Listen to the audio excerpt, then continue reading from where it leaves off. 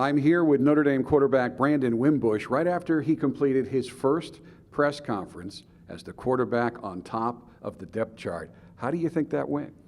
I thought it went pretty well. I mean, they started off with the comment of being the first quarterback, and I kind of harped on the fact that it's still a competition, it's still a heavy competition with the four guys that are on this run with me. But I thought the press conference went pretty well and pretty smoothly for my first time. That's interesting because everybody is assuming that you will be the starting quarterback, but you are not ready to just take that title. You want to wait until you feel you have earned it.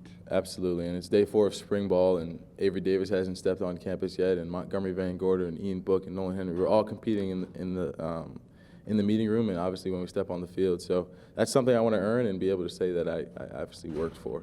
It's your third year on this team. You've been through a lot. You were activated your first year, sat out last year, and now you have a new coaching staff. So tell me how that transition has gone. I've learned a lot in the first 2 years, I can say that. And then for this new coaching staff to come in here and kind of get acclimated pretty quickly, I think it's been a great transition for the guys, and we're all bought in with what the new culture has been for us for the past 3-4 months, and we're excited about it. When I first talked with Coach Long, I asked him about his offense and what would be the most important word to describe it, and he said tempo. Yeah. He wants it run at a very high level, which is what Coach Kelly wanted to do when he got here, and he's never been able to quite get there. How much quicker does this offense seem to be in terms of tempo? I feel like it's a lot quicker. I mean, obviously it's day 4, and there's a learning curve right now, but I think once we get it down packed and once it's day 15 and the spring game comes around, we won't be at 100% obviously yet, but I feel like we'll be moving at a really good pace. New quarterbacks coach as well, and it's a gentleman who knows a little bit about this offense and a little bit about Coach Kelly. How has Coach Reese helped you? Coach Reese has been a huge asset for the quarterback room, and obviously he's 3 years removed, if that, and he knows Coach Kelly's offense, and he knows the dynamics of what it takes to be a Notre Dame quarterback, and he's able to feed off of that and feed us off of that, and he's been a great help for us. You're getting a lot of calls, a lot of texts, a lot of people calling to help you out. Who's been the most helpful so far? And it doesn't have to be just one person. Yeah, my mother has been a huge staple in my life for my entire life, and I can always revert back to her if I ever need anything, and she'll always hound me with questions, but those questions make me feel good on a daily basis. How about current, long ago, and recently former Notre Dame quarterbacks? Who's helped?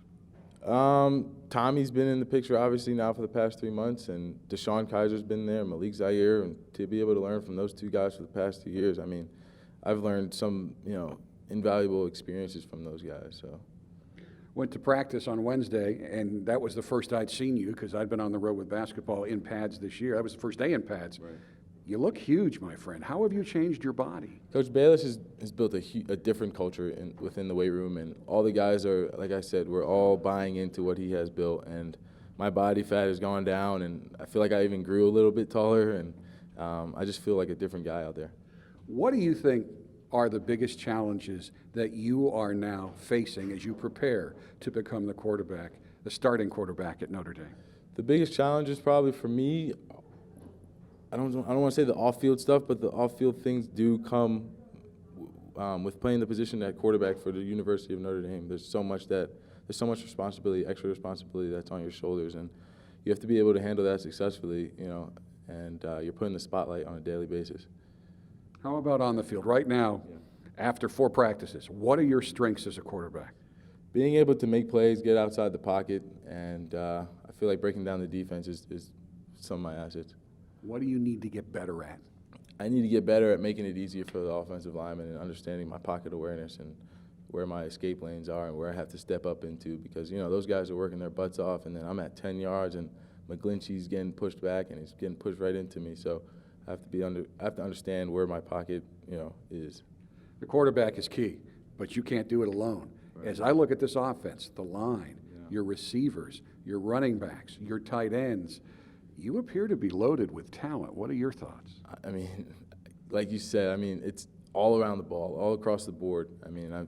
4 offensive linemen returning: Equinemius, Miles, KJ Sturvis, and CJ. I can keep on naming. And to be at the quarterback position, you obviously want that help. And I feel like I have it, and I feel like we'll be really successful with the guys I have. And obviously, timing is very important with the receivers, with the tight ends, even with the running backs who in this offense will be going out into patterns. How is that timing coming along?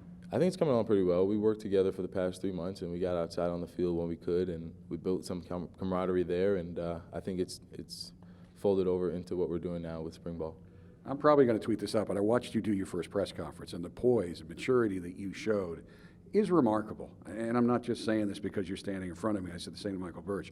Where did you get that? Have you always been good in front of people as a communicator? I don't think I have always been good, but I went to a Jesuit high school who develops young men, and I think that was a huge part of my success and where I'm at today. And then obviously having to communicate with the people at University of Notre Dame, it just jumps your maturity level. So. Now, with your teammates, how do those communication skills, how can that help you be an effective quarterback in the locker room and on the field? Those are two of the most important things, is being effective and understanding your guys around you and being able to relate with them. And if you can communicate with all of them from different backgrounds, then I feel like that would help you hugely, immensely be successful with them on the field. Now, you've made it clear you do not want to be anointed the starting quarterback. You want to earn it. So what do you need to do in your mind through the rest of spring practice and then in fall camp, so when that first game comes, you comfortably believe not only that you have earned the right to be the starting quarterback, that you are prepared to lead this team to victory? I got to show the guys that I care. I care about them. I care about winning. I care about excellence. I care about graduating. I care about winning a championship. And if they see that and they see me in the meeting rooms and in the Goog living here, I think they'll buy into what I'm bringing to the team. And I think we'll be really successful, and I'll be anointed the number one guy.